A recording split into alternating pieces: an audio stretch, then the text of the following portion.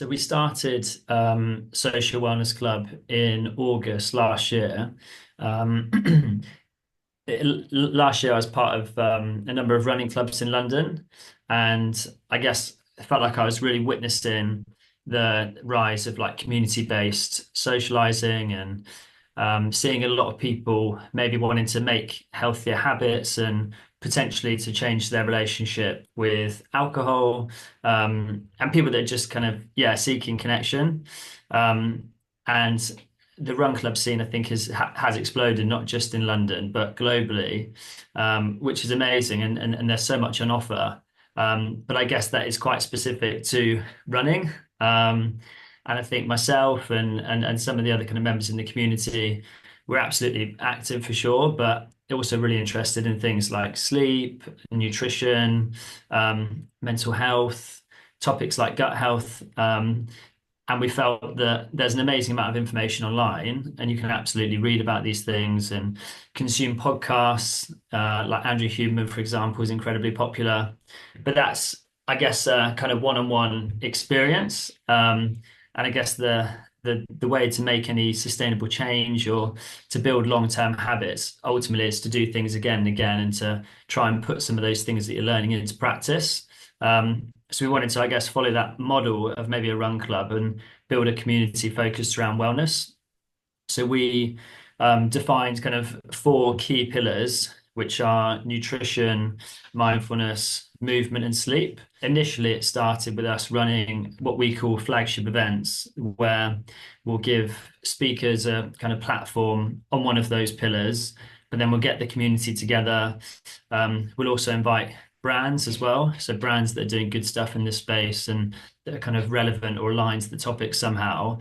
But we also wanted to make it quite accessible and to maybe remove the stigma that's sometimes associated with wellness. So the goal was to create a community of like-minded individuals to help kind of like democratize wellness kind of information, because I think if you are looking into some of these topics, it can be quite overwhelming. And there's often a lot of conflicting information as well. So trying to kind of give experts, and not just at the events, but through the kind of WhatsApp community and the newsletters, so people can actually kind of understand more about these things. But also just to really try and normalize the pursuit of a healthier lifestyle. If you can turn that into a community and give people an opportunity to socialize and kind of do different things regularly, then it just makes the adoption of those kind of habits like much more possible and like sustainable long term.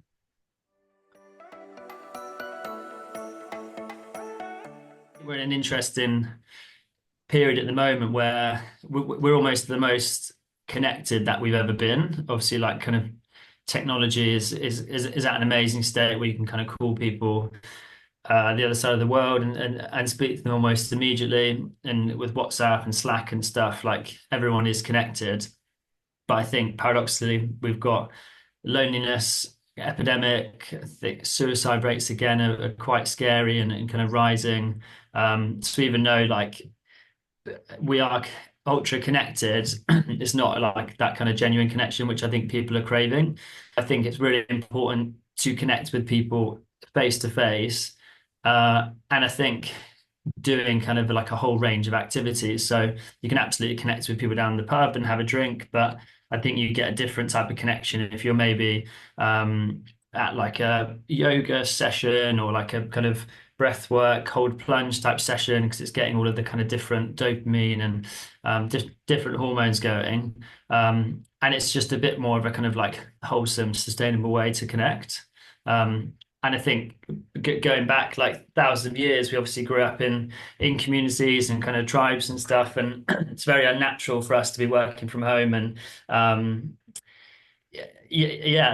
not having like really close friend groups. So I think if we can kind of provide that through not just SWC, but all of these different communities that are around London, then that can hopefully kind of provide that like genuine connection, which I think people need.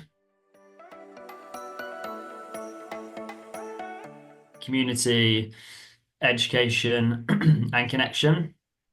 That's ultimately our mission.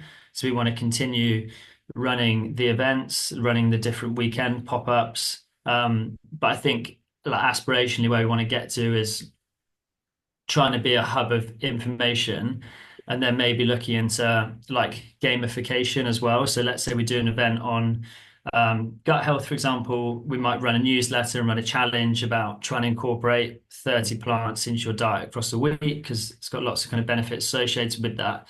So if we can then start getting into giveaways with brands and helping people to kind of track that and doing challenges, it's going to help people not just go to an event and get inspired, which is obviously amazing, but actually to could do this thing and again, and ultimately make kind of long-term change.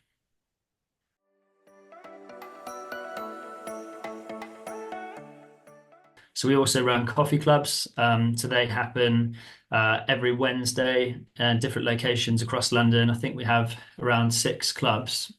And that's almost like a no agenda get together in the morning and people just having a kind of chat. Sometimes there'll be like a question of the week or a theme, but it's just a really nice way to connect people and not feel that pressure to maybe go out to the pub. We're also entering the weekend space. So, for example, we did a kind of yoga and connectivity workshop recently. We've got like a kind of high rocks type event coming up, Pilates in the park, a whole wide range of different, more kind of active weekend offerings. And then I guess a new area for us, which is quite exciting, is the corporate space. So we feel like there's potentially a bit of disruption available there, whereby there's obviously so much amazing stuff happening from a corporate wellness perspective. And at least like I've experienced in my own business, where they've put different pop-ups on and got speakers in. But again, I think the kind of the real challenge is like it's well, all well and good doing that, but then it's like how can people actually adopt that long term? So we want to kind of work with businesses to run different corporate wellness events with our partners and coaches, but then kind of integrate that into our community as well longer term. So people that may be a part of those programs can then become a, if they would like to, like a part of social wellness club. And then it's about not just doing it once, maybe being part of the club and attending the walk and talks or the coffee clubs or the events longer term, and then that change will kind of really start to happen. I think I would probably say long term, no, because I think there's so much research now coming out linking, let's say, your kind of diet and all this stuff around the microbiome, but how that actually is linked to your mental health as well. Um, and I think also there's some fascinating stuff around sleep, and I think when you look into that, it's not just getting your 8 hours or whatever you want to kind of aim for.